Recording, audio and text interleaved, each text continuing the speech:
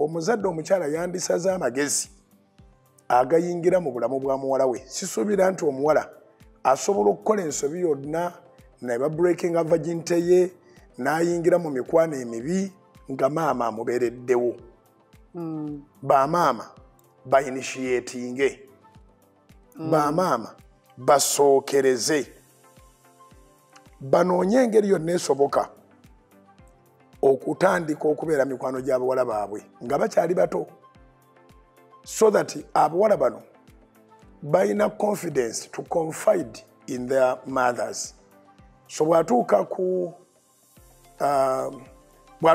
kukula okuba nti agenda mu nsonga, maama yateekwa okusooka okumanya. Era maama ono kubanga mukwano gwe yasobola omubuulira nti kati kogenze mu nsonga, ovulation yo eraga nti osobola okufuna olubuto. Era mubeerere open, embuto zijja zitya. Amudesigninge nga olwo atandika okumukolamu omukazi. Maama ye mukwano asooka bwemanya nukula kya mikwano. Then oteekwa okunoonyaayo gwe ng'omwana w'obuwala mukwano gwo ayina ku birowoozo ebyefaananyiriza n'ebya maama wo naye nga muto.